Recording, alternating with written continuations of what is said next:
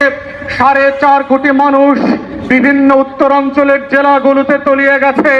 তৃতীয় দফার মতো বন্যায় গত 2 মাসে জেলা প্রশাসক থেকে বলা হয়েছে তাদের নাকি টাকা নাই, যারা বন্যার পানিতে ডুবে আছে তাদেরকে সাহায্য করবার।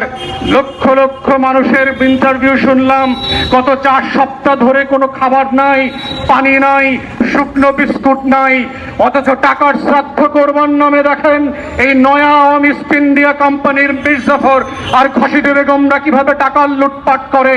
পদ্মা সেতুর কিনারে দাঁড়া এই লুটপাটের প্রকল্পকে আবার নতুন করে জাতির কাছে হাজির করে, শুধুমাত্র এই জাতি যেন রবার্ট ক্লাইভদের উত্তরদের সুর যারা আছে মির্জাফর আর খসিদ বেগমদের প্রতি যেন কৃতজ্ঞতা প্রকাশ করে।